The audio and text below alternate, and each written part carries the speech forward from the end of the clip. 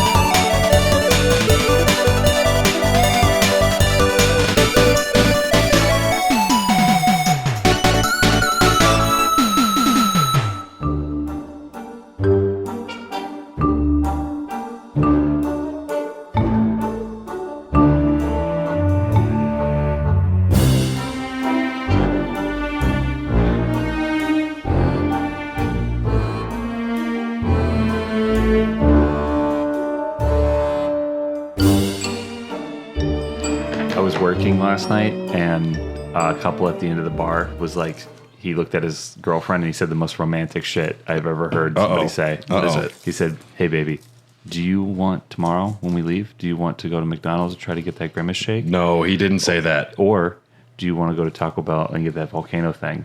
That volcano thing's going to give me diarrhea, but it's so good. And they both laughed, and I was like, that is a healthy, happy relationship right Honestly, there. that is a conversation that I've had with my wife. They were the nicest customers, too, and I was like, you guys fucking rock. That's amazing. Yeah. I mean, people say romance is dead, but they haven't talked about Grimace shakes with their loved ones. Or volcanic diarrhea. Well, the problem here is that you have a rule of not dating anyone not named Tyler. So, dude. And speaking of volcanic diarrhea. What? Hey, everyone, and welcome to Raw Dogs. Welcome to Raw Dogs. This is your favorite podcast about video games and beer and not starving and insanity. Yes. Oh, yeah. Yes. This is Indie Games Month. Welcome to Indie Games Month. My name is Brad, and we are part of the Tokyo Beat Podcast Network. Check out all the other amazing shows. My name is Dylan. I'm a part of this podcast.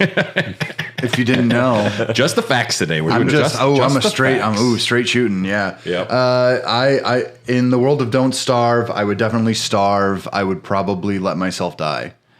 That's not the can-do attitude you need to survive. Don't starve. I just don't want to live in that fucking Tim Burton knockoff world. The art style. I mean, it was hot back like 10 years ago. Well, it is an older game. I don't remember what year exactly came out, but I think it's 2010. Don't worry, I have it all here. What's your name? I'm Tyler, and I played a lot as Wilson because back when this game came out, I couldn't grow a beard, and it was kind of like I was living vicariously through a video game. You couldn't grow a beard? This is all new. How could you not have...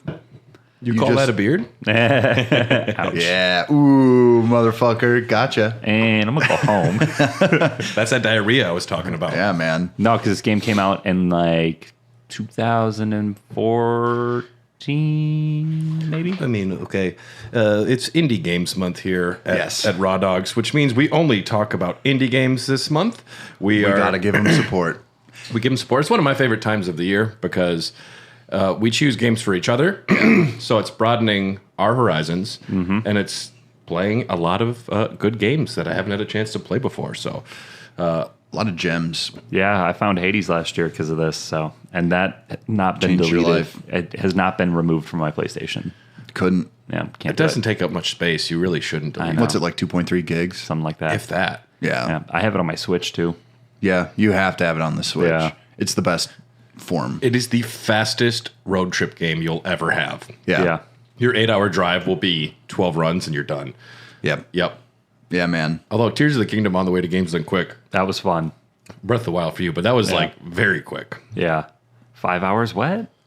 We went Doesn't 5 even hours? matter.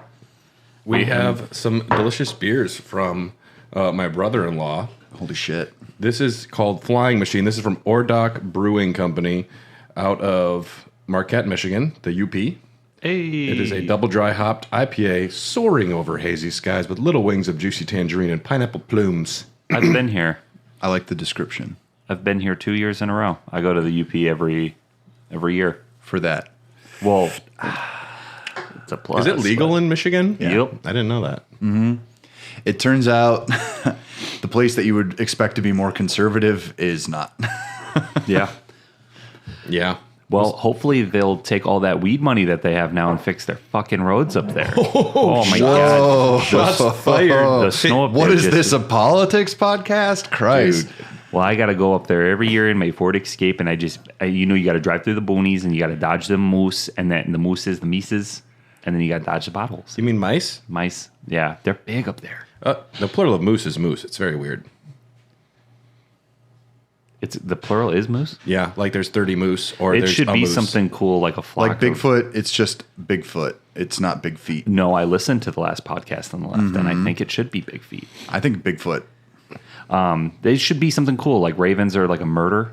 Yeah. That's Well, gnarly. they can still Well, have it's a like crowd. they can still have multiple moose, But then you would say ravens. If you got multiple moose, like they're still crows, but they can be a murder of crows. you know what they should be? If you got multiple moose, you got a problem.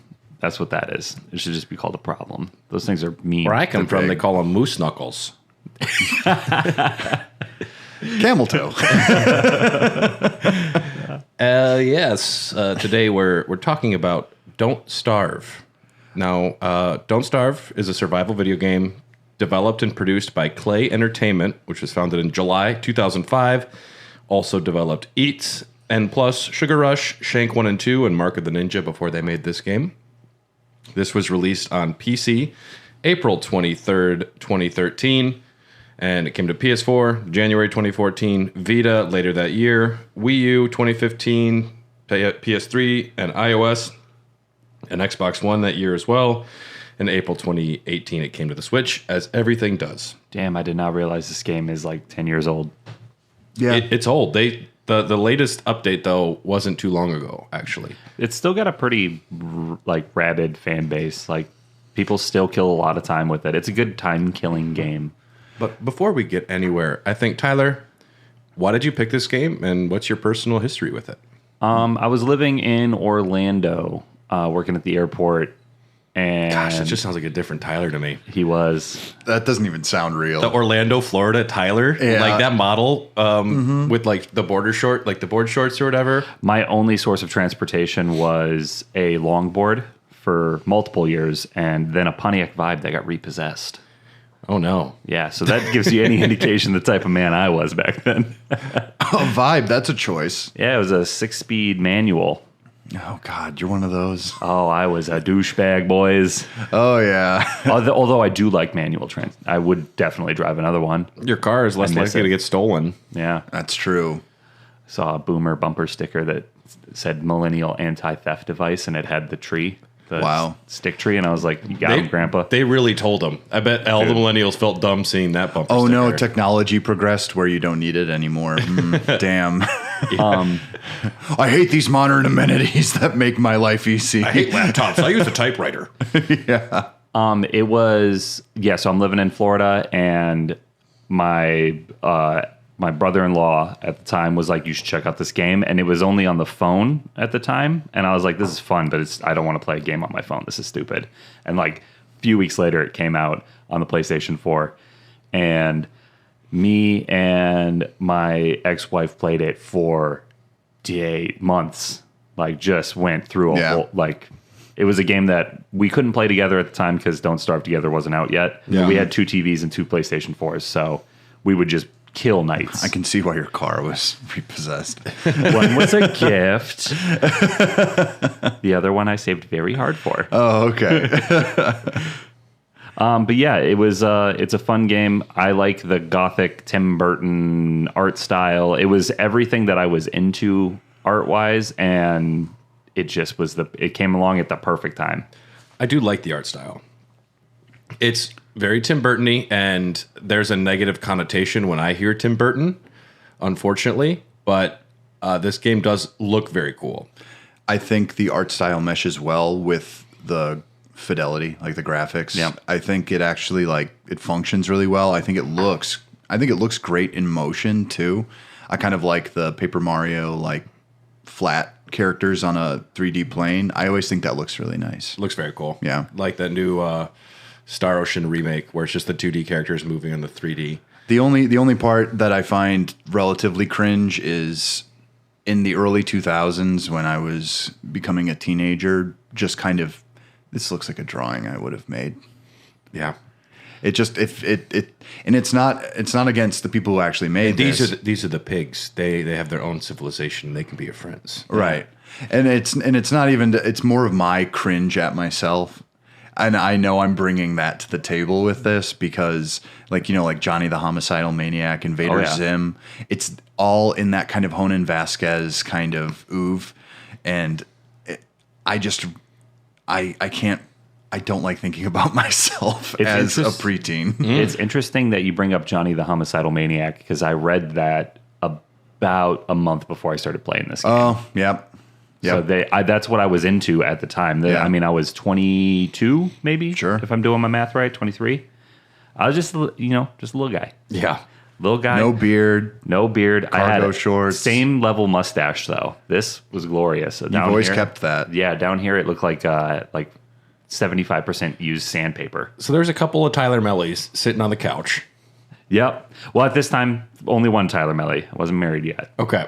But yeah, we would grab a case of beer and just go hard. And we would constantly try to see who could survive longer.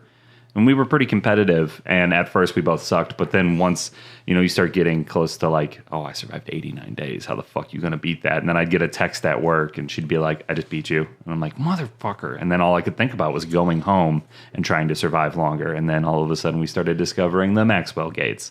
And we were like, what is going on? I don't even know what that is. And then Maxwell is the antagonist until you realize he was actually trying to save you the whole time. Yeah. Wow. Okay, yeah, I played 30 minutes of this. I'll spoil it for everyone. I played 30 minutes of it, and I watched some high-level gameplay. Oh, yeah. Because I knew I could not allow myself to, like, for some reason there was a brick wall right in my face, and I just could not move past it. I was like, all right, this is one of those games where it's like the game for people. People get obsessed with certain games and they just play it consistently over and over. Brad has Elden Ring or Tetris. I mean, everyone's Tetris kind of got Effect, Tetris. Celeste. Yeah. Mm-hmm. It's just one of those games you keep coming back to, and people, they make that like their video game personality. And I just knew I didn't have either the time or the energy to do it. You're spot on. It's just one of those games. It's one of those games that the mechanics are so deep and I can really tell. But to scratch the surface means that if you really want to play this game and really understand what it is, I kind of knew the writing on the wall when I first started. I said to myself, like, oh no, I'm never gonna get to the bottom of this. I'm like you. I can totally see the depth. And just from this outline that I made and the research and watching videos, it's insane the level of possibilities and detail. It's a random world every time you start, and I see it, and I think that's great. What I found to be the biggest barrier for me is the sound design. There's like not a lot of music.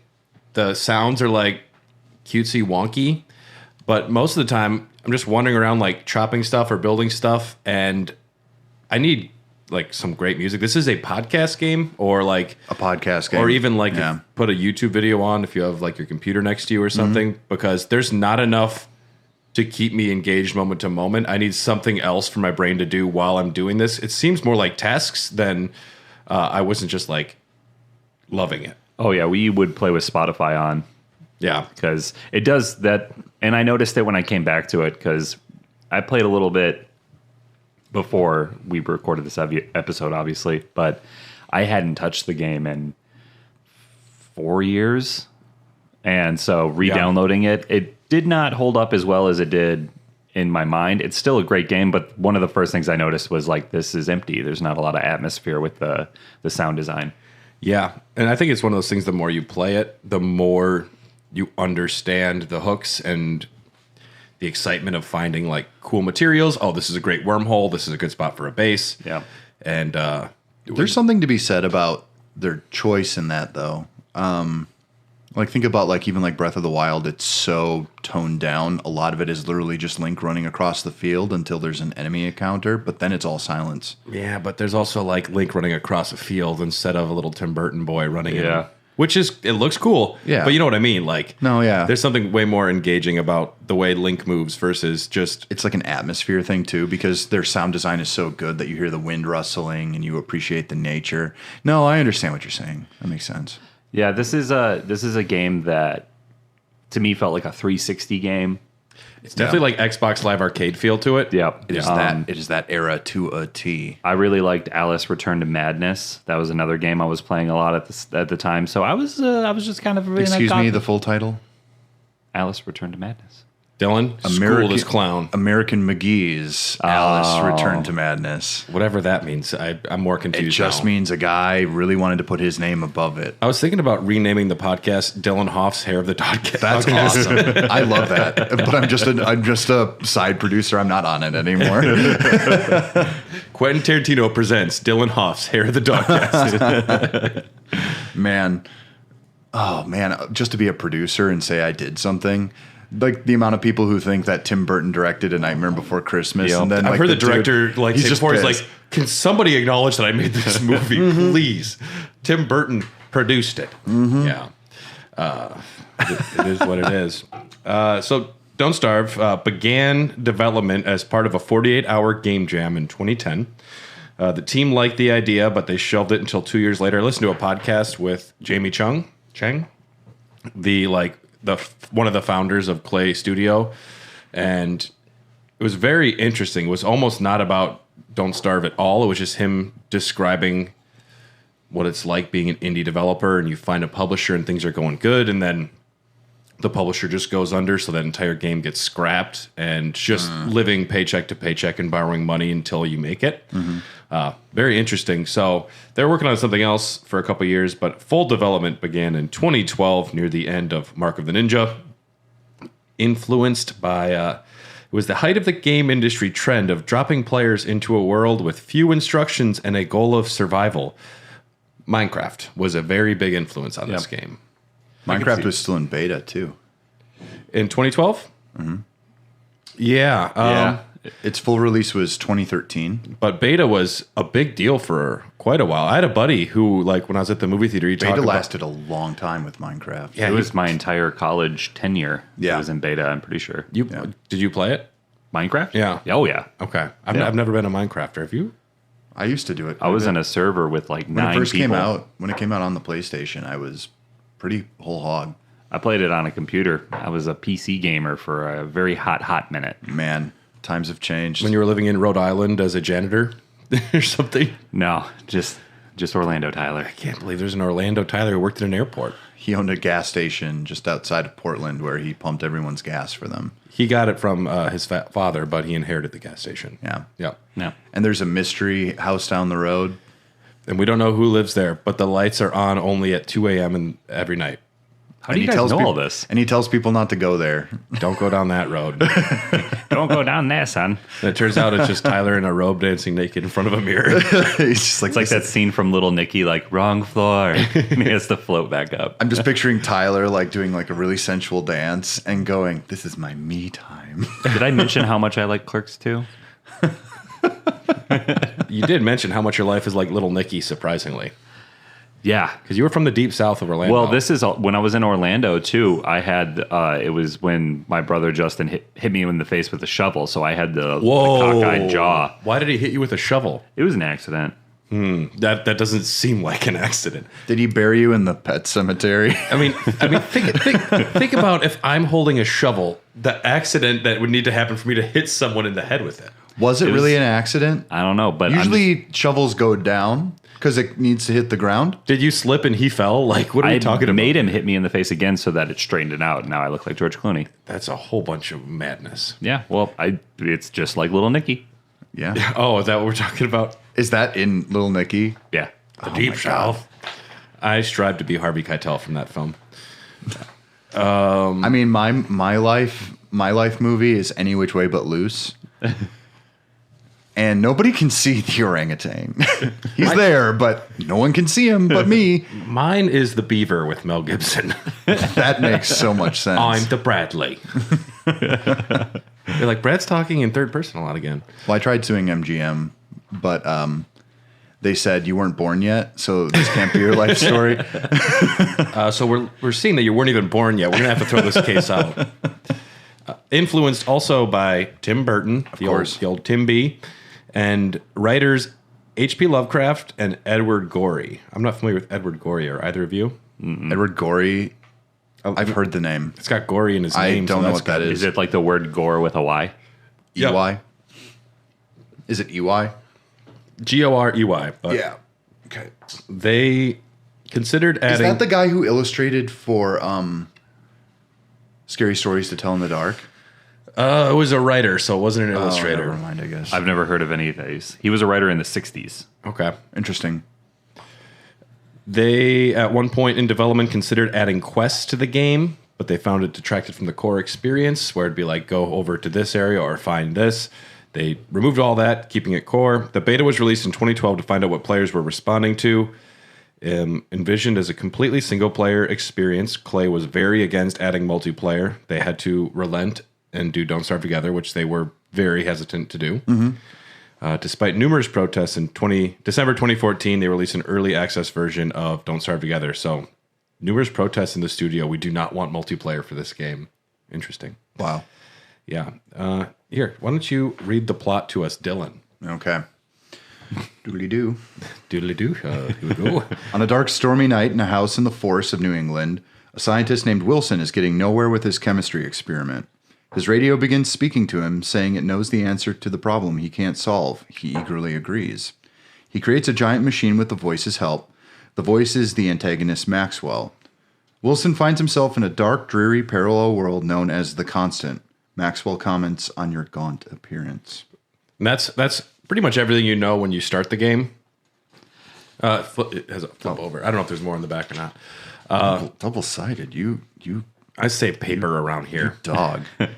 That's pretty much, and that's way more context than you have starting the game, actually. Yeah, because there is no dialogue and there's no subtitles. It opens with a cutscene that shows all this. Yeah. And then it goes, and it's like a horn. And then Maxwell goes, it's getting dark. You should find some shelter. Yep.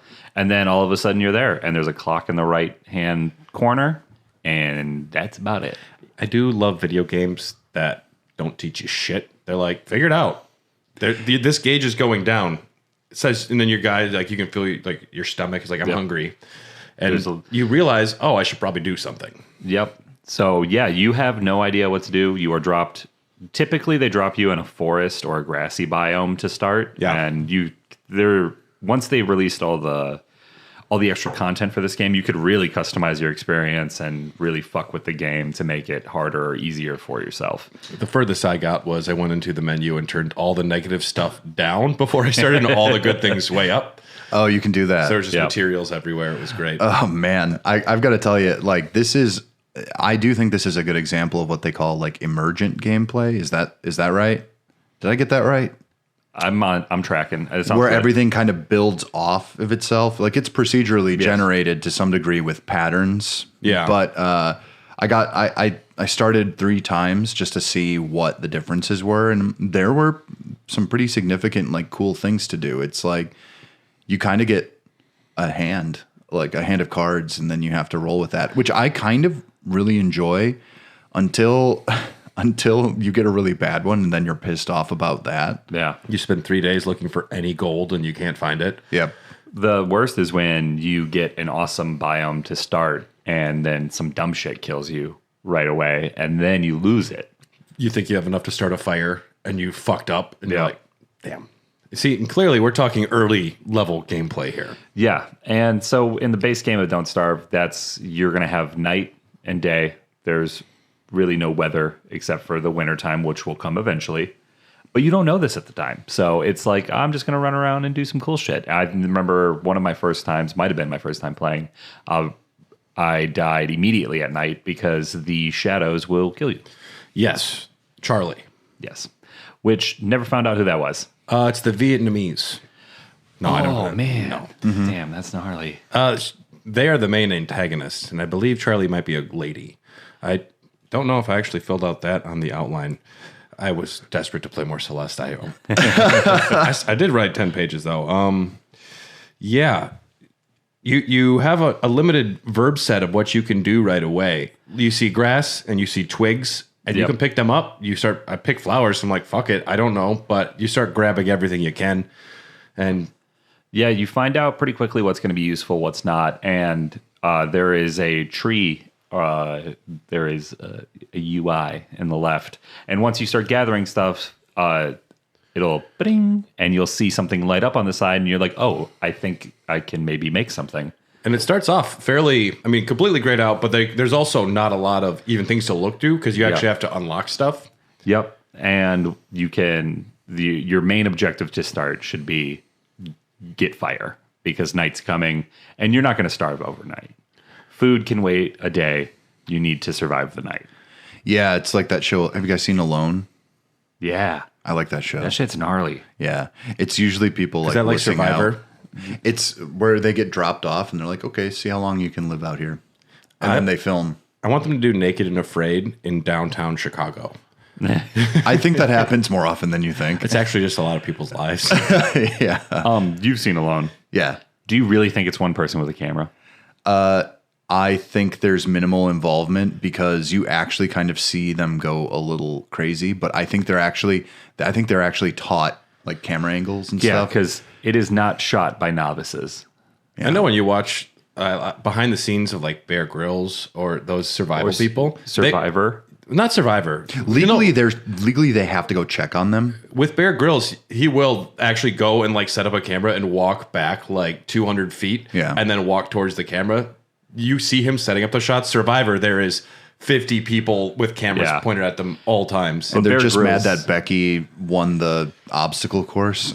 She cheated. She has a fucking totem. Get her out of here. Yeah, man. They're on like season 50 or something of that show. I went back and watched part of season 1 recently for Survivor. That shit was gnarly. Richard? Yeah. Back when... Is that the one with Richard? I don't remember. And there was going to be the guy that did win, but he fell into a fire. What a fucking loser. I know, right? I forgot about that. Yeah. Kind of fucked their whole tribe up. Reality TV at its inception was really popular. It's still really popular, but it was kind of more raw. You like watch the first season of Real World, and it's actually real people and nothing but fights and sex. And then you watch the new stuff, and it's just like incredibly beautiful people, fake drama and sex. Yeah. Instead of people getting into fist fights and getting kicked off the show all the time. I love that. There is an excellent Real World season 1 documentary on YouTube somewhere. It's like 45 minutes long, and it is great. Yeah. Yeah. But no, but I was going to say the first rule in Alone is set up a base and have a fire. Yeah, and I mean there's some multiple people build their strategies. huts. Yeah. For how to start early games. Some people are just like, I'm not setting up a base. It is resource gathering until I can't anymore. And I'm going to find the perfect spot. And I was always of the school of, I'm going to set up a base exactly where it dropped me.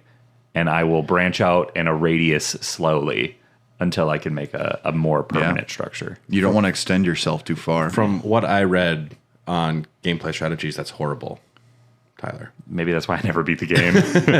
Despite playing it for months. What I was watching, they're like, don't even make a fire the first night. Make a torch. Like, that's all you need. Don't actually like make a fire, wander around. But you want to find where to set up your base. And it said, follow the roads. And if you can find a wormhole, that's ideal because the wormhole transports you to another area of the map. And that way you have access to like 2 areas. Make one close to a wormhole and also next to the materials that you need most of. But also, you can play this game any way you want. Yeah, and if you really want to be successful in this game, you got one word.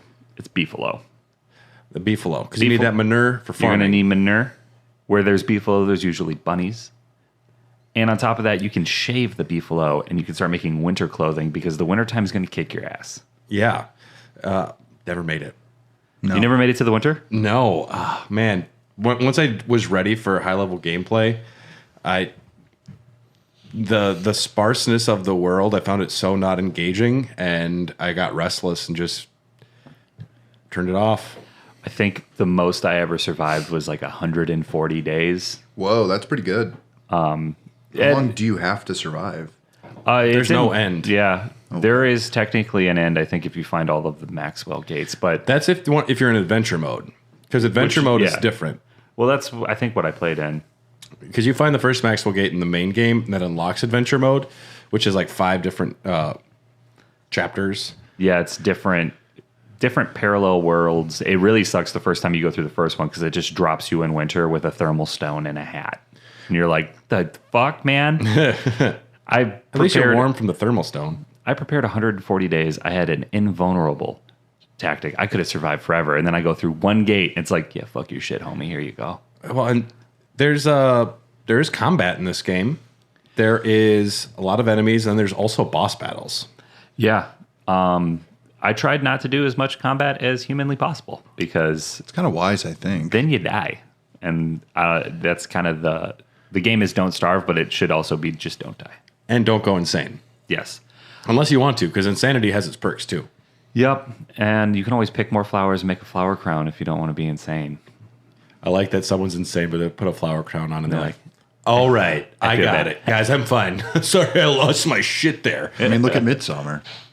Yeah. She was cured. I would agree. No, she came to a better state of her mental health. She like moved past trauma. She was cured in a way, but it's like Alexander DeLarge, like I was cured all right at the end of A Clockwork Orange. It's like, where are you? you can rape and kill again and like it. I don't know if that's cured. So yeah, there's the 3 gauges. Hunger, you have insanity, And your time. Yep. And horny. Dylan's drains very fast. Needs constant satiation. Yeah, there's and it's permadeath. Yes, for each character. And when you die, it'll keep track of your deaths in the main menu. So you have your own personal leaderboard, see how many days you survived, and it'll tell you what killed you. And that is one of my favorite things about the game is going back and looking like, oh, I remember this run where I went 77 days and then, ended up starving because I got trapped in the middle of winter, or a lightning storm fucking burnt down my shack and then I had to restart and then I ended up dying at night. Things will fuck your base up. You think you're safe with your base, but things can go wrong. Yeah, and even, getting into the really long runs that I did, you get complacent. And one of my favorite things to do was kind of unload all my shit. I have a nice base, and then I would just grab a backpack and some food, and I would just try to reach as far away as I could to see what was out there. Go camping. And bring stuff back. Yeah, essentially camping. Going exploring. Yeah. And that's normally how I died, because I'd get fucked up by a spider or something. I like that you can actually find, like, sacrificial altars and really dark, weird shit in this world. Yeah. Yeah. Whenever I stumble upon that and there's like a chest in the middle of it, I said, I was just going to see, did you find the bishops? Any of the bishops? There are giant chest Brad bishops. shrugged for the audience. Yeah. Yeah. There are giant, they're chess bishops, and they will fuck your shit up. They're enemies? Yes. Okay. And there is like a chessboard and they're just sleeping until you get close. Bishops. I heard chest. Oh, no. Chess. Okay. And they'll fuck you shit up, but you need to kill them because they have gears, and a gear can make a refrigerator, which will help preserve food. Like an ice box or a refrigerator? Ice box. Okay. Yeah. Yeah, because ice is something you need. There is a lot of things in this. Once you get to the science and prototyping, one of the playthroughs I watch, the guy said, and then if you do everything right, you can make the best food in the game. Pierogies. Yep. Nice. Checks out.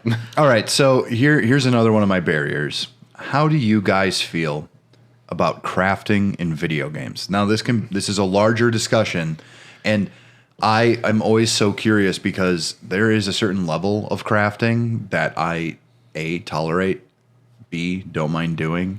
Or C, enjoy. Yeah. I'm a big fan of it when it's done right. Far Cry 3 was a really good crafting game to increase your ammo capacity, the amount of guns you could carry. Yeah. So you had to hunt and then craft shit. Diablo 4 has a very good crafting. Well, I guess I wouldn't say very good crafting because it's like 4 different objects you need for the beginning. But when it's done poorly, I dislike it. When there's complexity to it and I feel like I can be strategic about my resources, then I'm a big fan. This game is crafting the game. It is like crafting survival and gathering. And the whole point of this game is like gather and craft and do anything you can to survive. If you want, you can go out and fight bosses and stuff, but I don't mind when gathering is the secondary aspect to gameplay, but as a core aspect, I don't really like it. I think it just doesn't appeal to me on a primal level. Like, I'm not a gatherer, I'm a hunter. You should see him at a bar.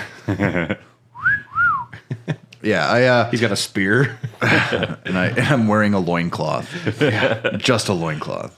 The dude just feasts in there. No, for me, like the whole prospect of like, oop, got to get some wood, go chop down the tree for wood. There's something about it that just does not, like in real life, I'd probably have fun doing something like that, but in a game, You're saying you'd have more fun chopping a tree in the real world than playing a video game? yeah, actually, yeah. Have you than chopped- this video game? I know you're an electrician, but have you chopped down a tree? Not like a big tree, but I've chopped down trees before. It's invigorating. I love it. It feels great. I love chopping wood. Yeah. Yeah. When I was hiking before, like at a big campsite with people, I got up way early and chopped wood and stuff. Hell yeah. Yeah. It's fun splitting it. The cool thing about this game, though, because you bring up a good point, the idea of I'm going to run out of wood. This sucks. I need to go get more wood. If you chop down too many trees too quickly in this game, you will spawn a tree like ant beard.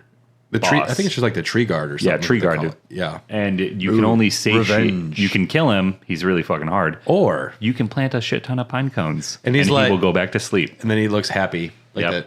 But if you come chop down those trees again, he will be there. So all of a sudden, you set up by a forest because you're like, I'm going to make a big wooden perimeter. You either kill him or go somewhere else. Yeah. I mean, like the logging industry. Imagine how many of these things they've had to kill.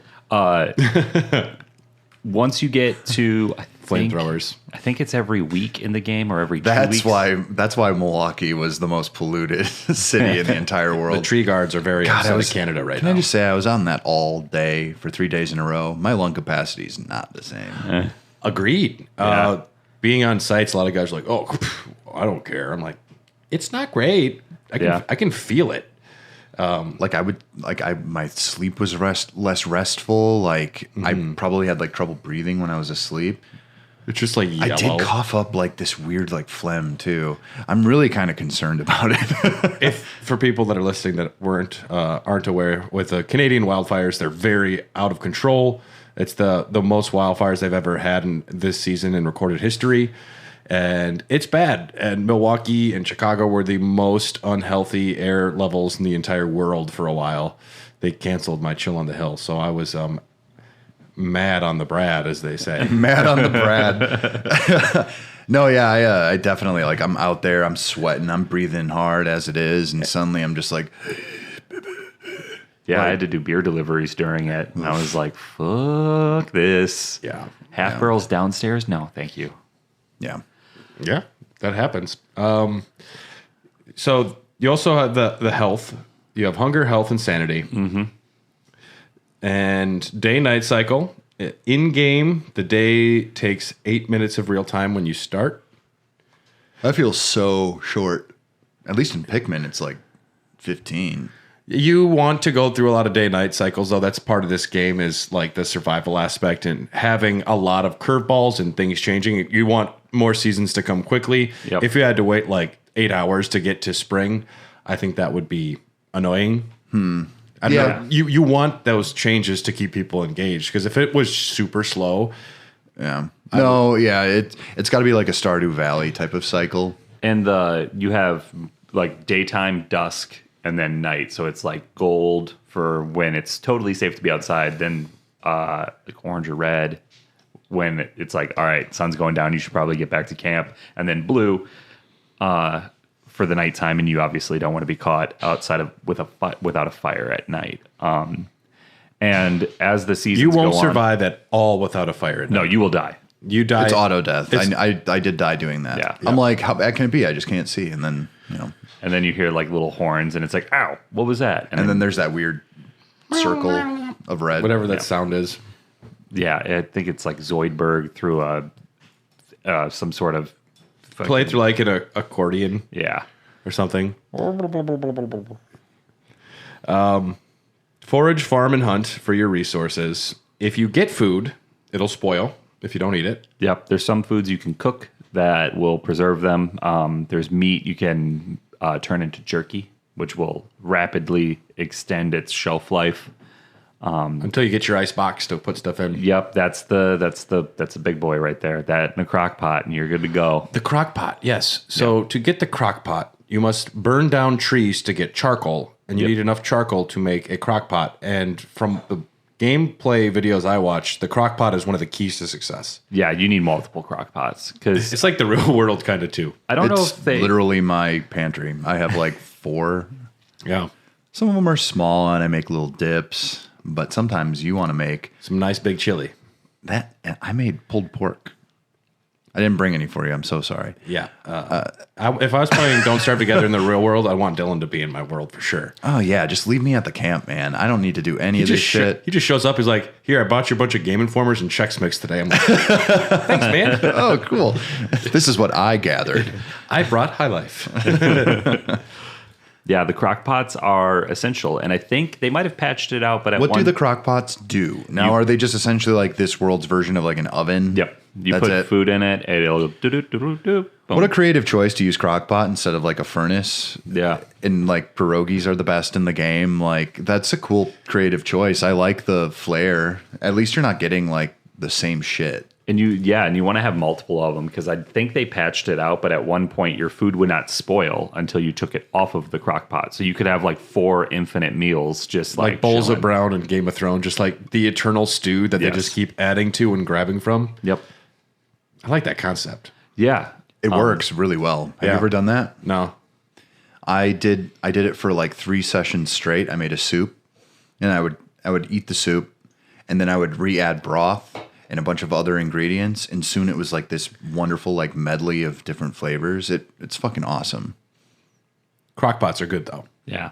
Crock pots or you won't last. Welcome to Crockcast. Hey, I'm the crock pot. Tools, durability is something you need to worry about. You make a pickaxe, you make a hammer, you make a shovel. You can only use it so long unless you make, what is it, like the gold shovel or something? Yeah, you can make a gold one. It lasts and it takes fewer swings to do things with. Which is nice. Yeah. Because You spend a lot of time watching animations of like Chopping trees. thwack, thwack. Yeah. Especially if you have to hit your brother in the head. Yeah. He was really trying to kill you because he wanted that vibe, I think. Yeah, well, that could be true. That definitely could be true. Stupid Tyler.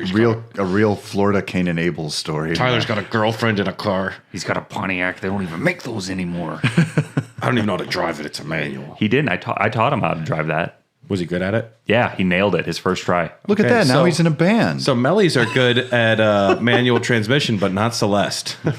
No. Well, no, Justin's pretty good at it. Maybe. I'm curious. Yeah, combat, there's a large quantity of different types of enemies.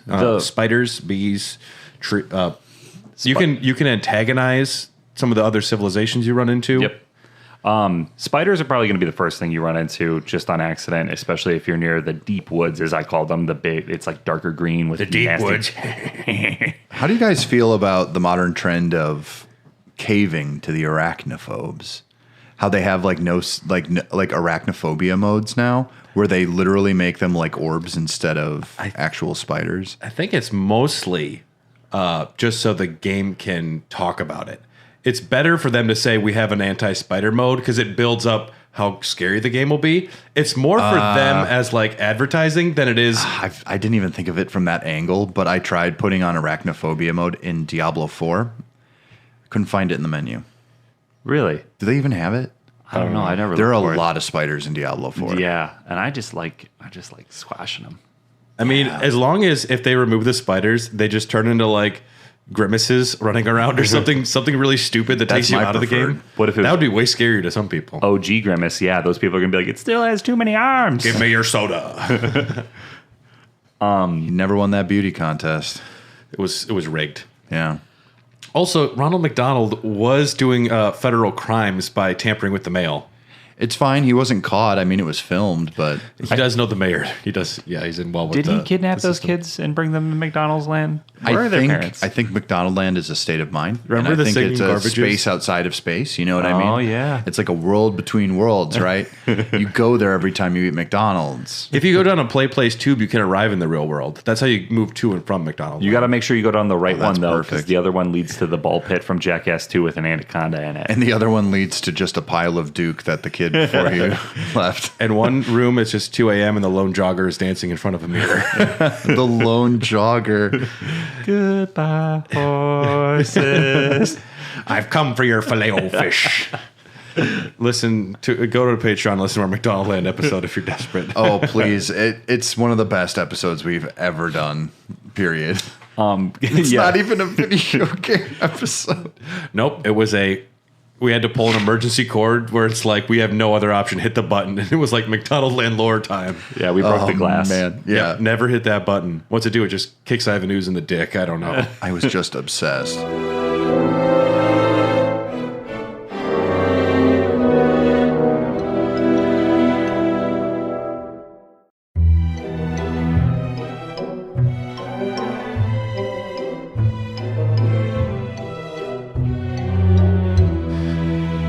Hey everyone, and we're back. We've all privately agreed to try and not talk about McDonald Land for as long as we can. It's going to be real hard.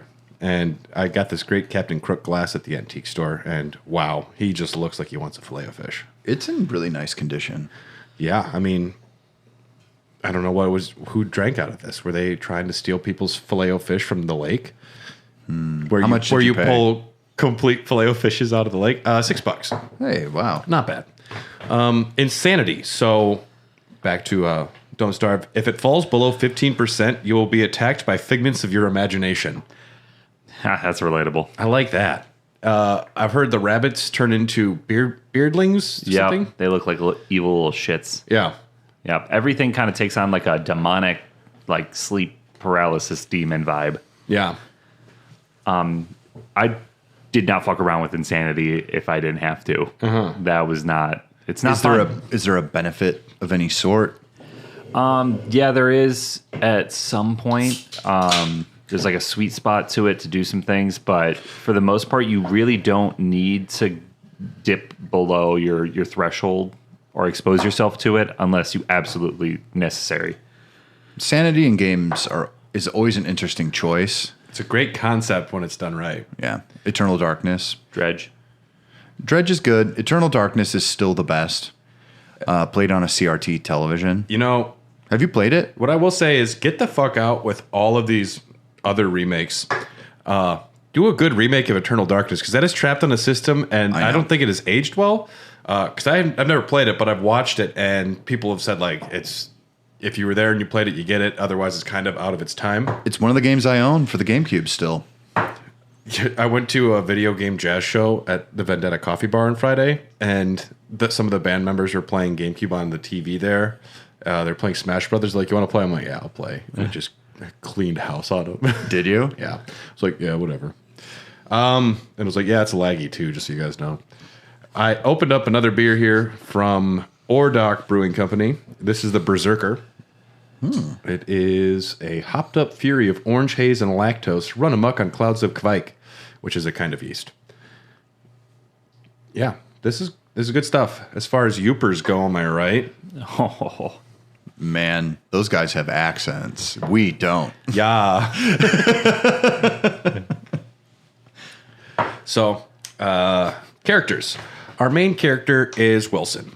Yep. Wilson is old, standard, reliable, and he can grow a beard. a magnificent beard. Grows a magnificent beard is the character description. Yep. Which does give you, that's really his only benefit. He's got two. One, he has no downside.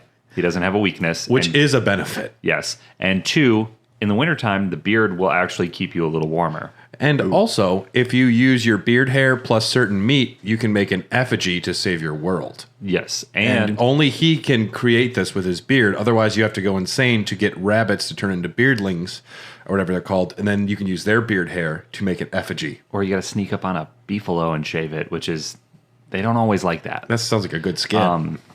But yeah, his beard will keep you warm, and that's pretty awesome. Plus, if you grow your beard out and you shave it, it will increase your sanity. Oh, That doesn't sound right. No, because when I see myself without a beard, I think I'd go insane. Honestly, the baby face, it does me no favors. My chin is a place no one has seen in a long time, and I don't want to start. I've never seen it. No. I've known Neither you for is years. Carly. Wow. Other characters, we have Willow, Wolfgang, Wendy. Wolfgang. You like Wolfgang? Yeah, I like Wolfgang. What does he do? He is a strongman. So when he eats a bunch, he gets real big and buff. And Like can his beat character up model things? changes, and he has more health and does more damage. But then he needs to eat a lot, though, because if he doesn't, then he gets all Oh, scrawny. so it's like and a he's weak. meter. It's a meter that goes up, but consumes more resources. Full belly, stronger you are. Yep. But then if you are starving, he literally deflates, and he's all like decrepit, and he dies really easy. And he's afraid of monsters in dark, it says. So His sanity goes down way faster. Yep. A lot of insecurities in those strongmen competitions. Oh yeah. It's almost like real life. Yeah. Yeah. Video games. We're just living in a simulation, guys. Willow has a lighter but can spontaneously combust. Wendy's haunted by her twin sister.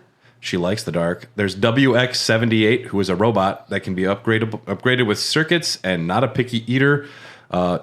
Charged by lightning, but water is bad. Yep. And so playing in the rain for him is tough. Yeah. But he's a pretty solid. He's a little OP. Is there a significance to his name?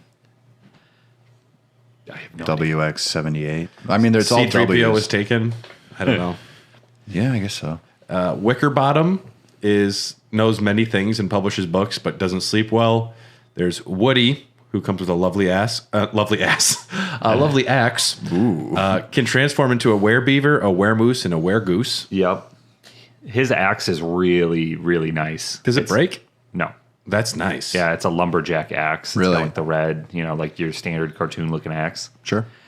I played as him a lot, but we haven't gotten to my number 2. Wes, the mime. The mime can't talk, trouble staying alive, but practices balloonomancy. Yeah. Balloonomancy, I don't like think that. I think I played as him one time. You can play as Maxwell once you unlock him. Sanity constantly increases. Story-wise, it makes sense. And can create clones of himself. And there's Wagstaff, a great inventor, nearsighted with a delicate stomach. There's other characters in the DLCs we'll get to. Yeah, Ben, my favorite's in there.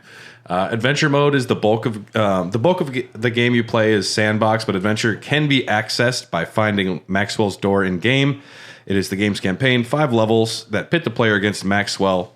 Player loses all items and recipes upon entering and can only pick up 4 items to keep upon completion of each chapter. Yep. It is tough because it'll throw you in, like I said, the first one is it starts you in winter, and winter is tough.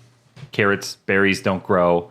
The bunnies are all in hibernation. Coming by food in wintertime is difficult. I imagine, though, your you food could just doesn't... eat snow. People are so dumb. You can just eat snow. And I imagine food doesn't spoil as much in the winter. No. Yeah. It's slower. So if you have the food... Yeah. Jerky. Yeah, I mean, it's hard to make jerky. You have to actually hunt, and you are not as fast as the turkeys and the shit that's still alive. I mean, you can try... If you kill a beefalo, then you're pretty set. But that's a tall order. Yeah. Can you trap them by building a base around them or building something and then setting them on fire or something? I'm pretty sure it would destroy the resources. Okay. Yeah, so... Yeah. Why doesn't the main character use a coconut telephone like they did on Gilligan's Island? I think you actually might have... You can definitely get a coconut in the Do they DLC. have a working coconut telephone on the island? The professor did make one work, but Gilligan fucked it up. It's pretty classic. Now they're trapped again. Well, I mean, the Harlem Globetrotters were there. So I like when they get off the island and they go take a celebratory cruise and they get stuck back on the same island.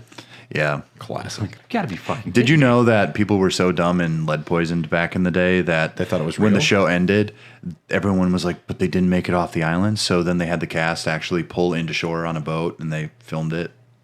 Just so people are happy. Yeah. I'm so glad we have unleaded gas now. I told my mom she's dumber just because of that. Yeah. I love my mom. At the end of adventure mode, you reach Maxwell's island with a hall belonging to Maxwell. He is trapped in a throne encircled by short stone pillars. He was trying to kill the player to prevent them from meeting the same fate as him. Because he's been trapped there and he was trying to kill you so you don't become trapped like he does. You set him free. He turns into a skeleton and disintegrates as he stands up. The epilogue implies the player will take on a villainous role similar to Maxwell's, as you will be trapped forever. Which is kind of cool because the early idea that me and my family were like floating around was that Wilson is Maxwell. Like Wilson is it's like a time Maxwell loop thing. all grown up. But it's not. But it's not. But you end up with the same fate. So that was pretty gnarly. It's like you're right, but you're wrong. I like it. That's my style ending. Did you come up with this after you were hit in the head with a shovel? No, this is post shovel. Okay. Like second shovel. I was good looking again. Yeah, you were. Yeah. Yeah, real George Clooney. Hit me again. I love that that's your reference for a handsome person. It's from the movie. He's classically handsome. Yeah. Yeah. Yeah. Dylan, do the whistle. There we go. This game sold 1 million copies by the end of 2013. Finalist for Excellence in Design at the 2014 Indie Games Festival. Was criticized by some for a lack of permanent saving mechanic and permanence of death. That's the fucking point. Yeah, that's why I liked it. This was the indie games boom, too. Indie games started becoming really, like, With the Xbox Live popular. Arcade, that was like huge for Yeah. people being able to put games on there, and Yep. like all of a sudden this is big as fuck, you know? Yeah. It might have been one of my first indie games I really delved into because I was a AAA player and I played a lot of sports games back then. And then you're like, what is Braid? Who is Limbo? And what is this game everybody's talking? What is The Witcher? And then all of a sudden my life changed forever. Big indie game, The Witcher. Yeah. It's my favorite indie game. I'm surprised you didn't bring that to the table. For this indie games month, we're playing The Witcher 3, Mass Effect 2, and Assassin's Creed 7. The record for the longest days, What is it? there's no official record. Nowhere you can look. People just make claims. That seems dumb.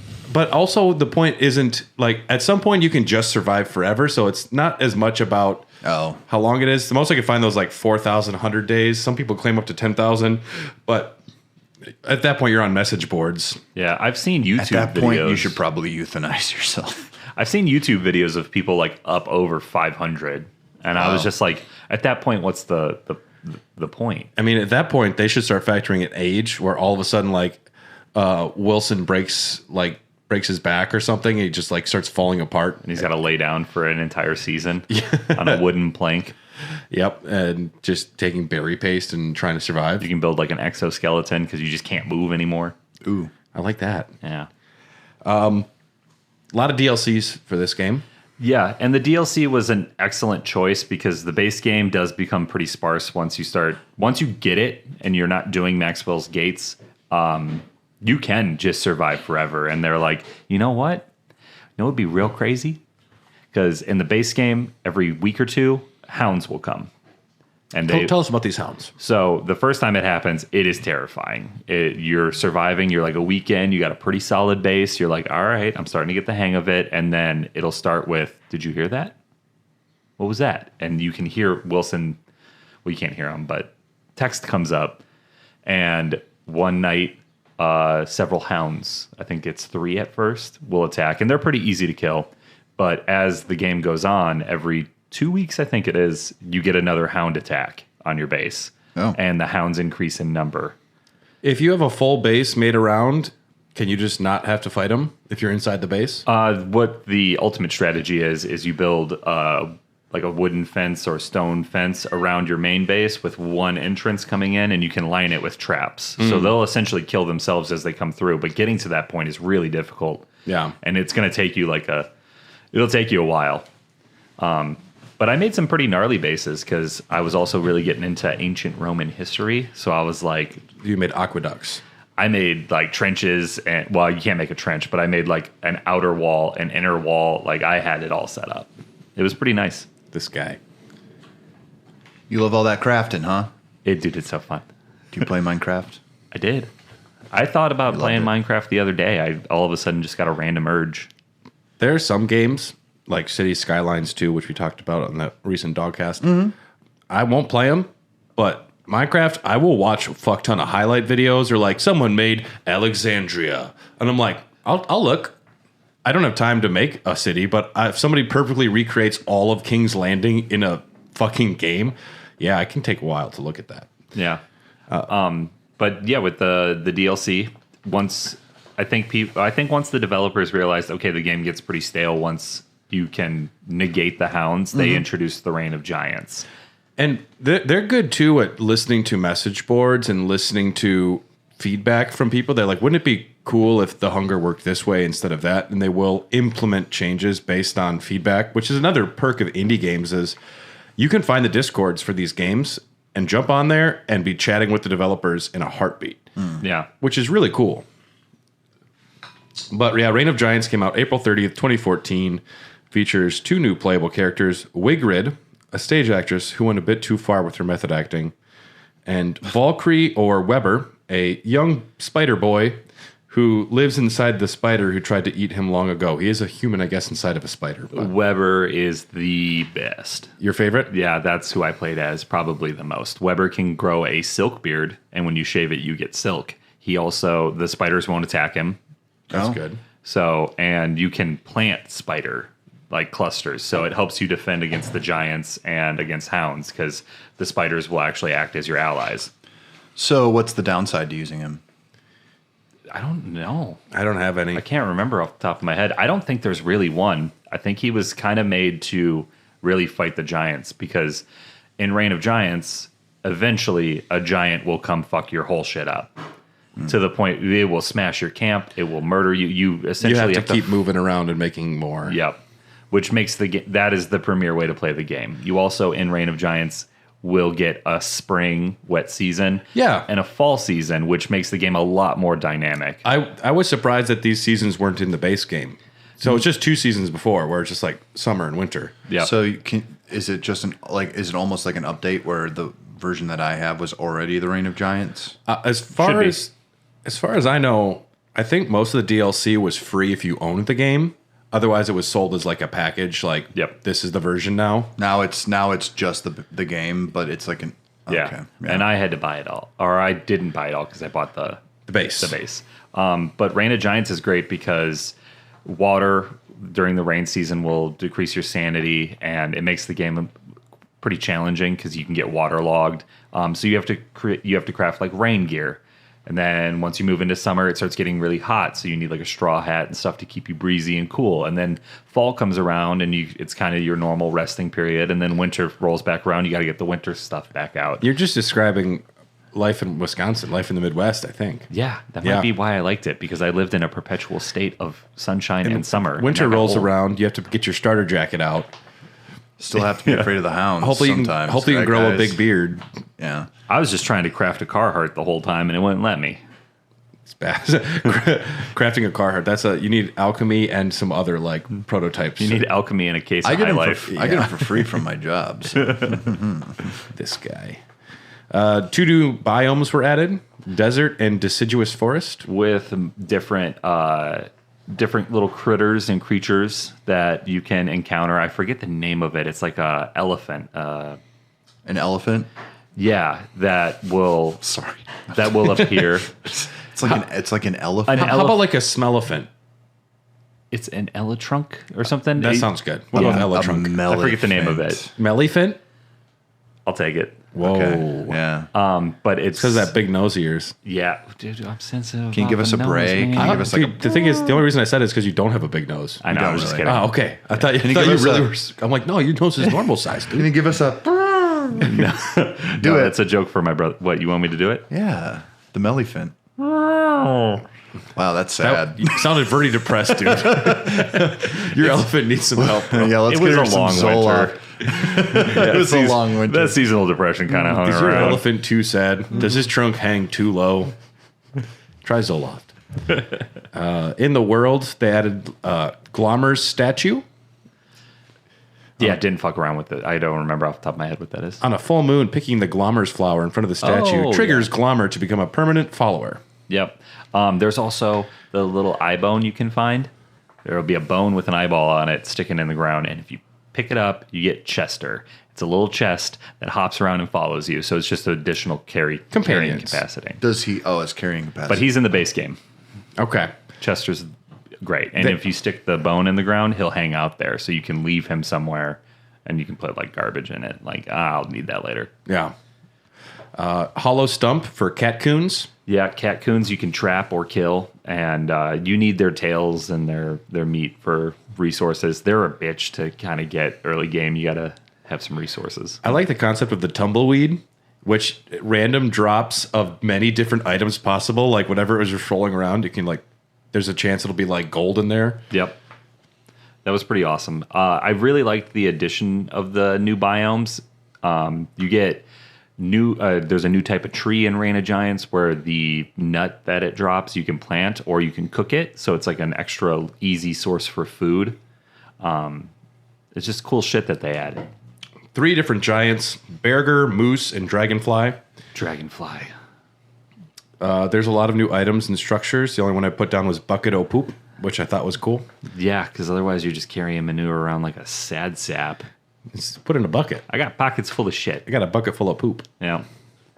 And it's you can build gardens, improved gardens that'll grow plants for you that you can use in the crock pot. So you want to have a lot of farms. Ooh. Manure is essential. Mm-hmm. And manure really only drops from the beefalo. Mm-hmm. Other than that, it's really hard to come by. Yeah. I mean, not if you're me. you have a manure guy. It's called my butt. Dylan, why aren't you using the toilet? I'm trying to grow some stuff, okay? It's called propagating plants. It's called composting. Yeah, but you don't have to poop outside, and you can take poop inside and take it out. It smells like Miller High Life. What's this bucket in the fridge? Nothing. Don't touch that. Oh, it's a bucket of poop. I found it interesting, too. I found a list of food items. This DLC added ice cream, spicy chili, guacamole, and more. You can make a lot of weird food. Does spicy chili keep you warm in the cold? I imagine it must, yeah. Sounds like ice cream will cool you off in the heat. The game is exponentially harder with the additional seasons because there's already a lot to it just to survive the base game summer winter cycle. Having the additional seasons and it makes it way, way, way harder. Because in the base game, you can spend all of summer getting ready for winter. There's really no downside to summer. And then in Reign of Giants, you have summer, which you're going to be hot. You have to cool down. Like it'll affect you. So you don't have this. You kind of lose that edge. Yeah. That little time to get prepared. Constantly have to be building towards the next season. Or This is just ancient man's simulator. Yeah. It is. They even go like insane and they start making effigies. You can get into like occult shit. Mm-hmm. It is ancient man simulator. That's a good way to put it. Yeah. And it's actually kind of cool. It's a nice tool. Like, this is the type of game that I would show like a kid. Like, you can actually learn some shit from this, I think. Like basic ideas and skills. And if you were dropped in the wild, you'd be like, I need to figure out sort of base. I will eat the first random berries I see, which will kill me. Mm-hmm. But in this game, it works. Yeah. Boysenberries. I'll eat that. That looks good. More DLC. Shipwrecked. He knows the DLC in order. I'm impressed. Yeah. I played this game for a long time. Released March 31st, 2016, a collaboration with CAPY, creators of Super Brothers Sword and Sorcery. Trapped on a tropical archipelago, you must learn to survive. I like this one. This is probably my favorite one that I played because of the boats. I just like going island to island and looking for resources. You can like get on an island and know 100% what's going on there and just go to the next one. Yeah, and building the different boats is a lot of fun because now you can craft vehicles essentially. You don't have a season cycle. Well, you have 4 seasons. Not as prevalent as Reign of Giants. Mild season, hurricane season, monsoon season, and dry season. I thought hurricane season was over. There it is. Yeah, I knew that was coming. I was going to do it if you didn't. I don't even know what that's from. Pineapple Express. Oh. That's the way it was with my first husband. A lot of biomes added in this. Beach, jungle, magma field, tidal marsh, meadow, mangrove, shallow ocean, medium and deep ocean, coral reef, and ship graveyard. Yep. It's a lot of fun, especially once you get out on the open water. You get out there and you're just, the wind is blowing through Wilson's Spirit and you're feeling majestic. But the waves will come. And that was fun because you can ride the waves to build speed. It'll decrease the stability of your boat. but going against the current will hurt you. So you have to dodge the waves as they're coming. So you can't just travel in a straight line, essentially. And that. you're either playing Reign of Giants or Shipwrecked or Hamlet, right? They don't overlap, do they? I think once Shipwreck came out, I was starting, I've been playing the game for a while, so I didn't really spend a ton of time in Shipwrecked. I think a lot of it works together, but you have to choose. I'm going to do a Shipwrecked world or a Reign of Giants world or you can a Hamlet. make your save compatible for Shipwrecked, which they're in Reign of Giants. If you're by the coast, you can see shipwrecks off the coast. So it makes me wonder if at some point you can leave Reign of Giants to get to Shipwrecked. But You guys are just pronouncing it wrong. It's called Shipwrecked. It was a great film. It's my favorite. As far as Alvin and Chipmunks movies go, it's in my top 3. oh, that's what that is. Okay. Nice. I mean, it's definitely in my top 3. You're right. My parents had the Chipmunks Christmas album on record, and we'd listen to it, and it was Sally wants a hula hoop. Oh my God. fucking bad. I love it. I haven't thought about that But in I'm- a but I'm- long time. I mean, I love it. It just explains everything about me. I sang that in chorus in 5th grade. Did you get the solo? No. Man, rough, dude. I don't think we had solos in 5th grade. You auditioned for the solo in a chipmunk voice? I probably could. I think I just canonically sound like a chipmunk until I hit freshman year. Yeah. Yeah. Till the college. Till the plumes dropped. The plums. Blooms. Weather effects, strong wind, hailstorms, flooding, volcanic eruptions, some new mechanics, crafting tabs for nautical and volcanic, rowing and sailing, waves, poison, and fog. Poison was gnarly because you can get bit by snakes, and then your health will just slowly decrease until you can craft an anti-venom, and that, if you can't find the resources quickly enough, is just a death sentence. Much like the real world, if you get poisoned, you will die if you can't heal it. That's why I always travel with a companion that will suck the venom out of me. Is that possible? I don't know. I saw it in, I think, a movie once. Oh, I know. It's possible in the real world. I just wasn't sure if it was possible in the game. Oh, no. You're alone. You maybe can convince a monkey. You can befriend the monkey tribe. Yep. They'll throw poop at you, which is great because that's manure, and that's like gold. But it's not gold because there's also gold. You just come home covered in shit. You're like, today was a good day. Yeah. Nothing. I had nothing to say. You guys both looked at me so expectantly. I'm just like, We always expect things from you. well, Dylan. my eyes are glazing over. First of all, still hungover, but Also, this is just a lot of game. it's a lot of video game. It is a big, big game. The depth is insane. Yeah. You can really get lost in it. And that's exactly what happened to me. I played this game exclusively for a long time until The Witcher 3 came out. And then Fallout That came was out. a whole year. I was working a lot because I had to get my car back. Remember, repossession, needed that money. So I didn't have a lot of time to play games. You already had a game. You had this game, which is a lot of game. Yeah. New characters for Shipwrecked. Sorry, Dylan. Thank you. We have Waylani, loves surfing. She dries quickly. She's a chill girl. And you get a surfboard, Pretty cool. which is awesome. Warley, which is just Carly. Refined palate. No, it's evil Carly Evil Carly. I am Warley. or greedy Carly. I disagree that Wario's a villain. I disagree too. Refined palate, cooks in custom wear, and has a chef pouch. There's Wilbur, who is a monkey.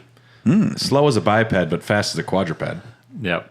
And Woodlegs, captain of a ship, can sniff out treasure. Brad, why do they call him wood legs? It's because he has wood legs.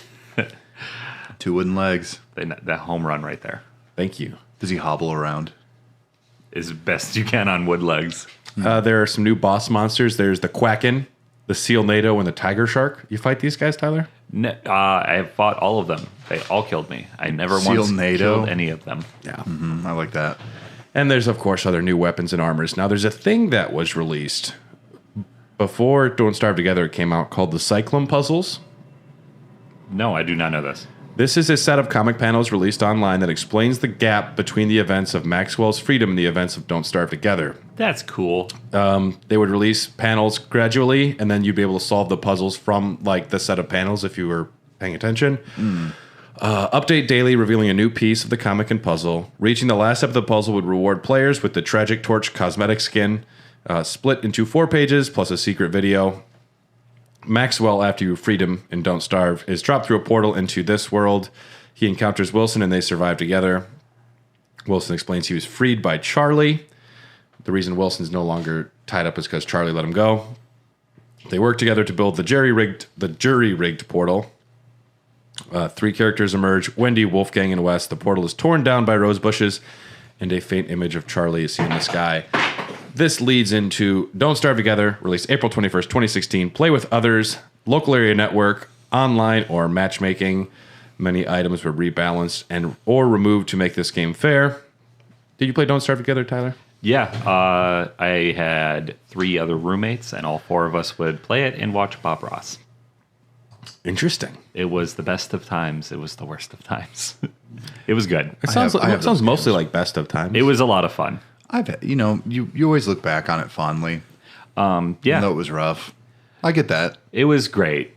Overall, it was a lot of fun. My play style did not really mesh with one of the other people in the house. They wanted to be very cooperative, and I was like, if you come north, I'm going to fucking kill you. This is my territory. Yeah. You bring trade or you don't come at all. Jesus. Because in my mind, I was like, there's 4 of us. Let's set up at least 2 different camps and have trade between. Yeah. Like, you set up by those biomes, I'll set up over here, and then we can conquer together, and then maybe I'll kill you.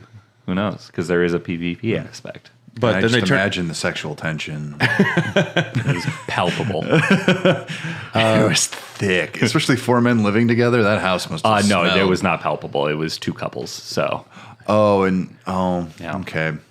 It was a good time, though. It was Tyler, right? Yeah. There were 4 Tylers in that house, 2 couples worth. We only live with Tylers. That's the rule. Hey, who left their socks in here? Is it Tyler? Tyler, you dribbled on the side of the seat again. Tyler, you got to learn to wipe that out. It wasn't me. It was Tyler. You know when they say like, what's beneath the world? They're like, it's just turtles all the way down. It's just Tylers. We're all standing on top of Tyler on all 4s. A sea of Tylers.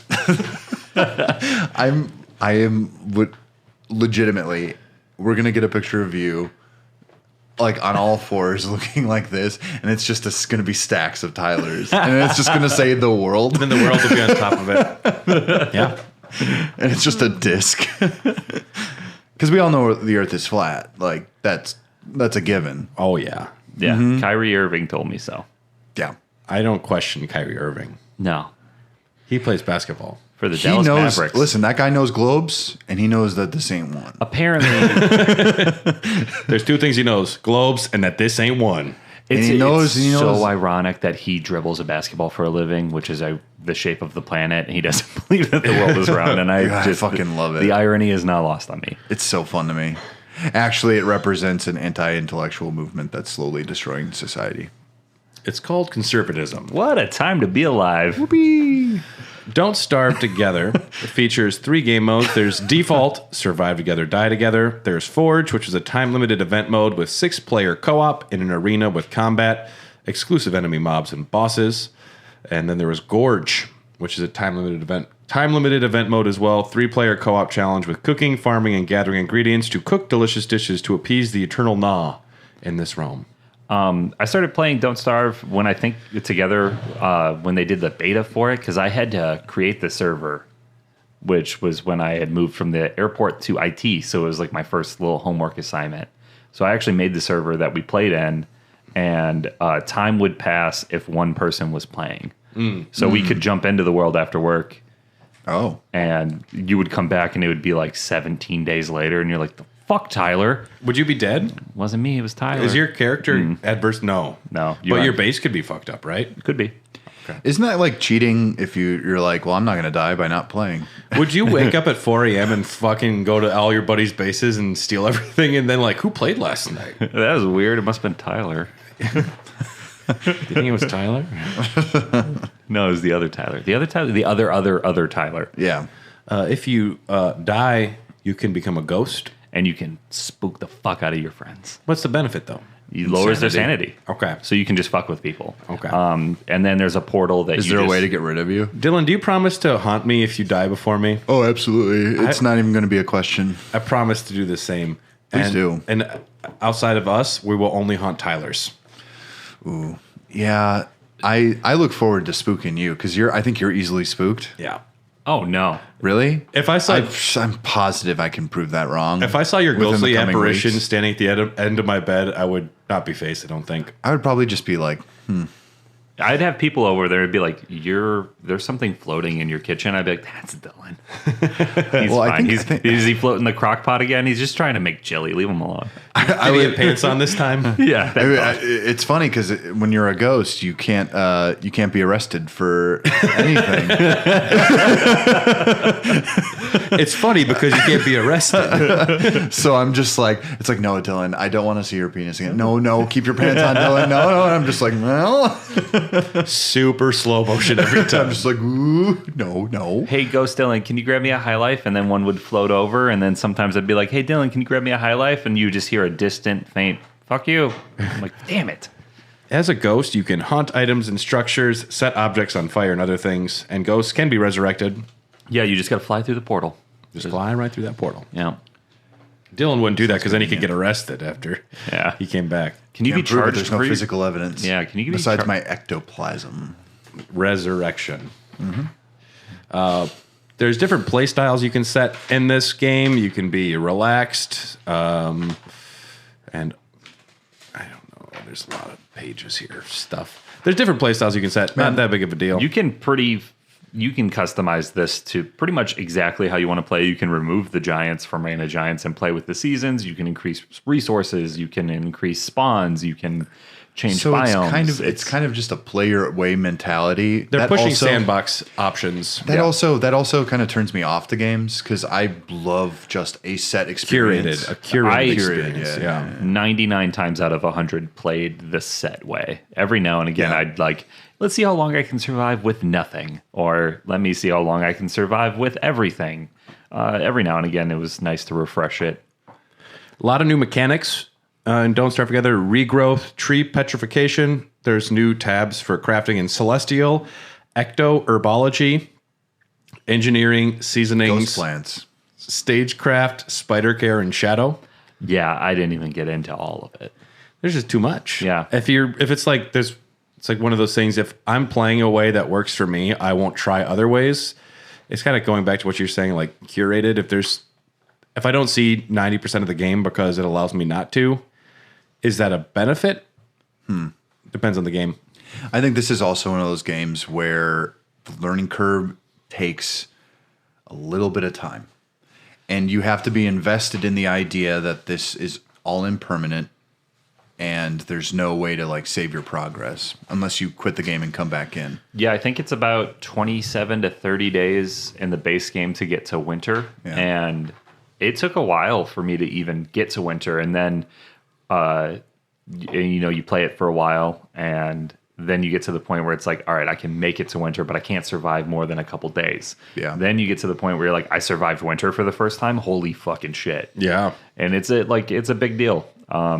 There's little milestones that you catch along the way. And that's why I really like Reign of Giants, because surviving a full year is tough to do. Like going through all 4 seasons, you really feel accomplished after that. It's like, damn. Yeah. Because the game throws so many curveballs at you. I mean, And then at that point, they start having pre-scripted, like at some interval, like this boss spawns in. Yep. So they are like also some moments or things keep pushing you. yep. So you have to restart your entire base somewhere else in the middle of winter. And then if you come out of it unscathed, just in time to finish your base, and then summertime rolls around, and then another giant comes and fucks your shit up.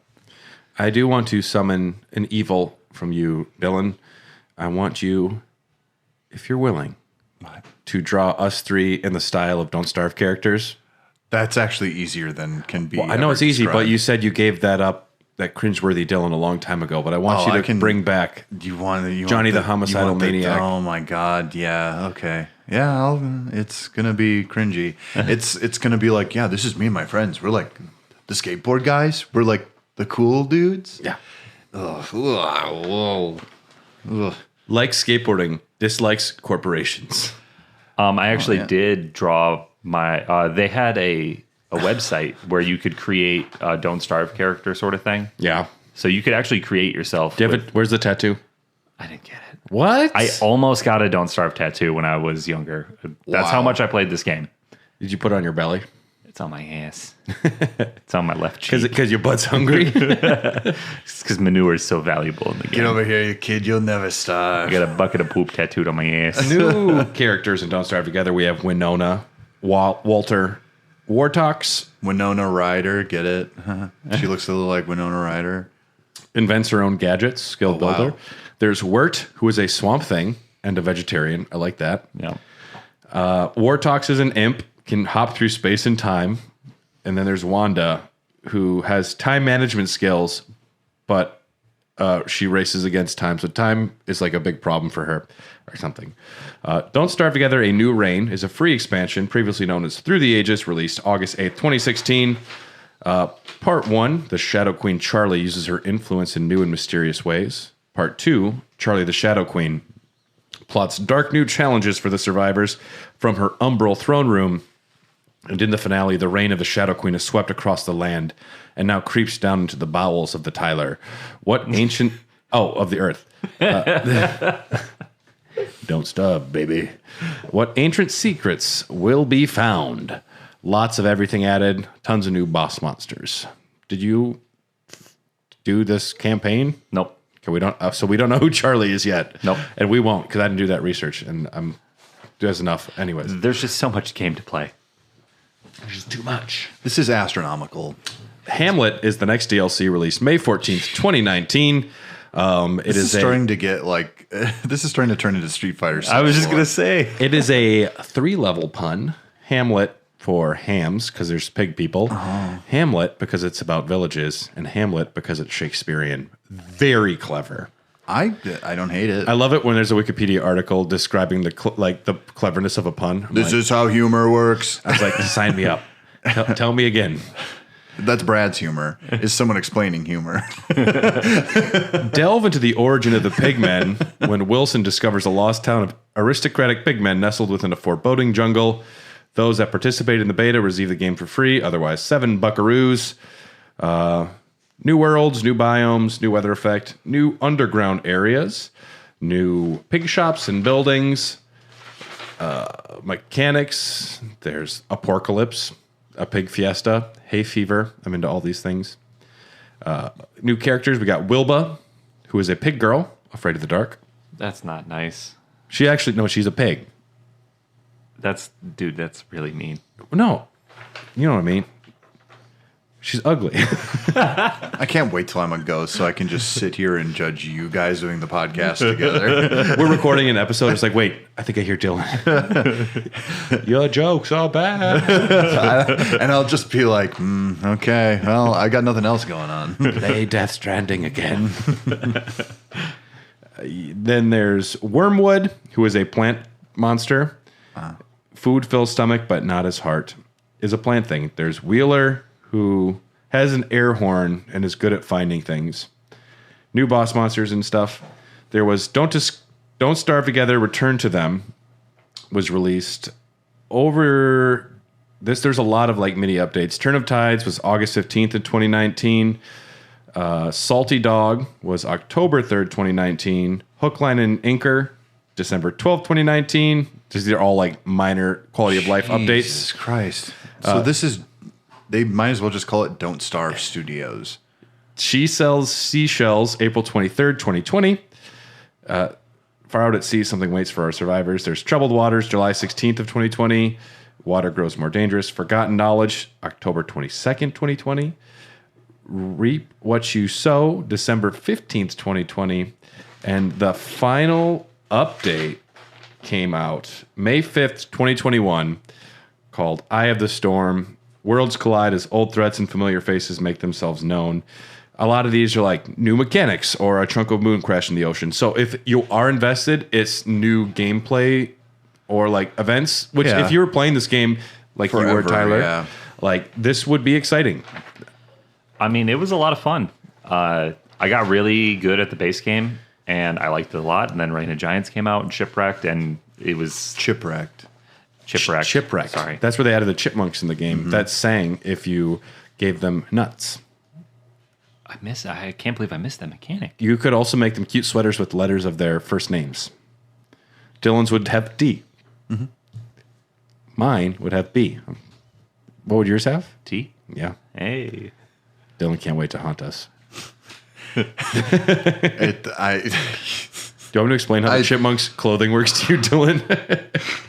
I'm not going to lie to you. I got so involved with what people are saying. I'm not even drunk. Like I'm just like sitting here going like, yes, D is for Dylan. Good point, Brad. Yes, D is for Dylan.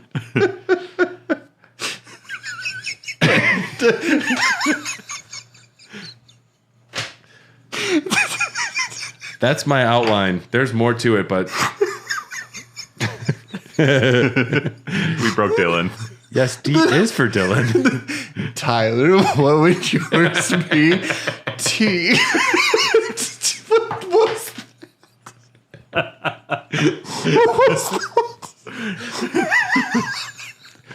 that? We were joking about over-explaining things, so I was leaning into it. I know, but it's just the look on Tyler's face. It's almost like you had to give it a thought. Oh man. So, Tyler's house would have 4 T sweaters in it because they were all Tyler. We had to color code them, otherwise it got real confusing. There's a lot of Don't Starve. there's too much of it. Are they going to make a new thing, or is this just going to be the thing forever? Who knows? No, they've made lots of other games. They just kept updating it. I don't think they're going to update it again. Oh, what else have they made? I'll look it up. Yeah. Okay. Tyler, say something clever while I look this up. Tyler, say something clever while I look this up. So. Oh, no, okay. So Explain, Tyler. Explain your joke to the people that didn't pick it up. the joke that I just made. So 'Cause- Brad asked me to say something clever, and because I'm an asshole, I decided to just repeat what he said because that makes it funny. What though? would your sweater say? T.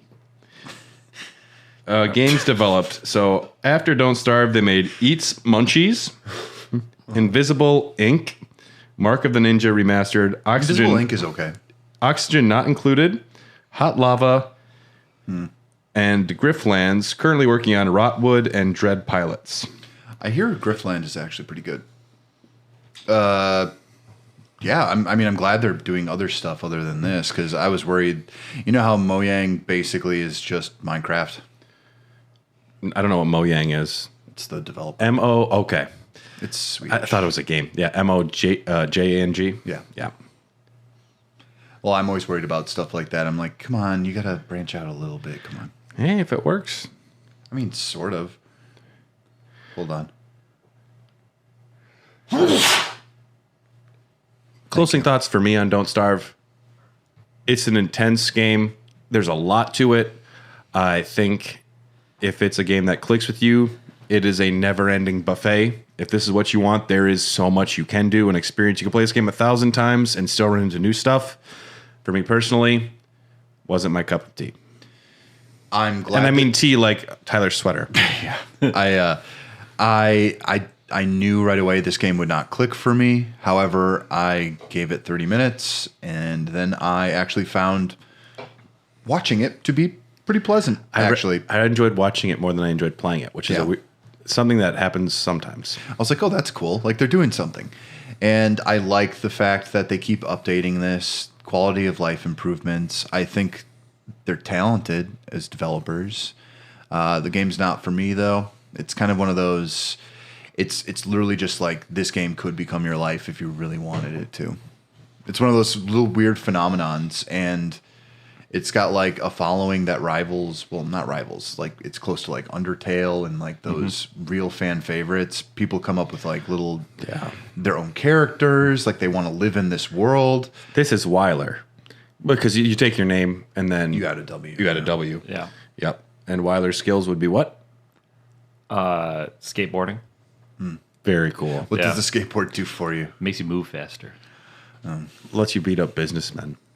Yep. And then he would come with a pack of High Life too. So you just don't have to eat. Instead, you get hammered. Yeah, I mean, that'll while away the hours. Yeah. You lose some sanity, but in the end, it's worth it. Sorry I cut you off, Dylan. No, it's fine. That's mostly what I have to say about it. I do apologize for not giving this as much of a fair shake as it deserved. So it's really hard for me to even be judgmental about it. But I still think at the end of the day, it's one of those things where it clicks or it does not. And I don't think giving it more time was actually going to make that occur for me. Yeah, for me, it was right away. Yeah. It definitely clicks or it doesn't. Yeah. Don't Starve was a very big part of my life, and I have some of my favorite memories of all time playing this game. Were you having sex while you did it? No, just having a good time. Never once. No, I never had sex while playing Don't Starve. No, it's a fun game. I spent a long time playing it. I was a totally different person when I discovered this game living in Florida, and I look back on it very fondly. It's one of my favorite games. Like I said, I legitimately almost got a Don't Starve tattoo at one point. What was it going to be? I Just think Wilson? it was going to be Wilson, yeah. Yeah, just him like holding a torch or something. Got to do something more deep cut than that. That's I think why I didn't do it, because I couldn't come up with like an original cool one. And the only reason I don't have a berserk tattoo is literally just because I'm like, oh, it's just a symbol. You were gonna I thought you were gonna get the character going ha ha or like he laughed. It's impossible to do in a tattoo form. I've learned where I want to put it. It's too much line work. Yeah, it's a lot of. They'd have to really dumb it down. The skin is sensitive down there. Well, yeah, it's gonna and it has to wrap around, you know. On that note, we're going to do a ranking for Don't Starve. We haven't done a game ranking because we haven't covered a game proper in a while. Mm-hmm. So, for those that don't know, we have 42 games in our list so far. At number 1, we have Bloodborne. At number 42, we have Kingdom Hearts. Oh my god! So somewhere between there, we're going to go right. Uh-oh. We're going to go right to. We'll go right in the middle. 21, Doom 2016 or Don't Starve. Doom 2016. Don't Starve. Doom 2016. You're not gonna like this. This is gonna go poorly for me. Arkham Knight or Don't Starve. Arkham Knight for me. Arkham Knight. That's a tough one. I like Arkham Knight. I gotta go Don't Starve. You've been superseded. Kingdom Hearts 3 or Don't Starve. Don't Starve. I never played Kingdom Hearts 3. Don't Starve. Donkey Kong Country 3 or Don't Starve. Donkey Kong Country 3. Don't Starve. Donkey Kong Country 3. Donkey Kong Country 1 or Don't Starve. Don't Starve. Donkey Kong Country 1. Donkey Kong Country 1. So that puts Don't Starve at number 36 in our list. Hey, could be worse. It's above Kingdom Hearts 3, Punch-Out, Undertale, Nex Machina, Arkham City, Untitled Goose Game, and Kingdom Hearts. Wow. I'll take it. On the next episode of Hair the Dogcast, the Raw Dogs return for more Indie Games Month. The next episode that'll come out will be Dredge. That'll be featuring Jack Packard from Red Letter Media. Very excited to talk about fishing with y'all. I've been playing Dredge a little bit. You've been enjoying yourself? Oh yeah. It's hard not to enjoy the first part. Yeah. It's a really good loop in the beginning. Yeah. Yep. And I still like it. It's still good. It's still good. It's still a very good video game. Jack will also be joining us for our next episode of Elden Dogs, where we discuss the lore of Ronnie the Witch. And for those listening to this now, you can get access to the episodes of Elden Dogs way in advance on our Patreon, patreon.com/HairTheDogcast, because Elden Dogs, as of now, is coming out every 2 weeks, but they're still getting released once a month because we have too much good content on Hair the Dogcast that we have to sometimes discuss McDonald Land for Patreon members. You're not gonna not discuss McDonald Land. Truly, that episode was unhinged. I shat blood the day after because I had nuggies. It wasn't the Grimace Shake; it was the Nuggies. Well, Were they I didn't have the singing? shake. Were they singing at you and doing like flea circus stuff? Yeah, you know what? It might have just been like, I mean, once you get through their bones, they might tear up your insides a little. And the beaks. Yeah, exactly. And then following that, we're going to be doing Celeste. Our friend Julian should be joining us for that episode. He was on the Disco Elysium episode previously on Indie Games Month. And after that, Inscription, which I haven't started yet, but I'm excited to play. It's not super long, but it's a very good video game. You guys are going to enjoy it. There's a lot going on that isn't necessarily like, it's not always thrilling, but it's definitely a really, really fun experience. I'm just excited to have another game on my Switch. I don't have too many. Yeah. It's also scary. It's a little scary, the game. Yep. Inscription, we probably will be joined by a friend of mine, Ruby Hart, from my other show, Need for Speedrunning. So they might be joining us. And yeah, after that, it's back to usual. We can start talking about consoles and shit again. We exist because of people like you. So thanks for listening. If you want to support us, please check out patreon.com/HairTheDogcast for episodes in advance, for access to our Discord. Lots of great things. Lots of exclusive episodes. You can listen to us actually get like really unhinged. If you thought this episode was unhinged, take a look. The tip of the iceberg. Give us a listen. Yeah, we're going to do a Doggies After Dark, which is just shenanigans because there's no rhyme or reason to it. No, you try to steer the conversation. It just doesn't work. It doesn't work. Back in the day, a little bit not more. anymore, man. You just gotta let it take its own course. You gotta let it go. Yeah, let it go. Like the famous Ice Cube musical. Thanks to executive producers Ryan Christina, Kipper, Brian Ward, Jordan Hoff. Happy birthday to Jordan's. Hey, sweetie. Hey, sweetie. Happy birthday. And Phil Wright. Thanks for your support. And if you're out there, don't starve. Dylan is going to be making a great thumbnail for this episode with us three as Don't Starve characters wearing sweaters with the first letters of our names on them. When's it coming out? Tomorrow? It comes out officially Wednesday. I will send it to you. And if you don't, doesn't matter. I said it. So it's on you now. Yeah, that's true. Let's see how lazy I feel. Honestly, tomorrow night, probably I'll make that. Because it's basically, I'm just going into a day where I have nothing to do. Have you beat Celeste? Wait, we'll say that for Dogs After Dark. I have beat Celeste. Thanks, everybody. We'll talk to you next time. Can you make me look real pretty? Like cute? No, like handsome. Yeah, just don't put his actual face in. So I'm gonna It's just a picture of George Clooney. I realized pretty quick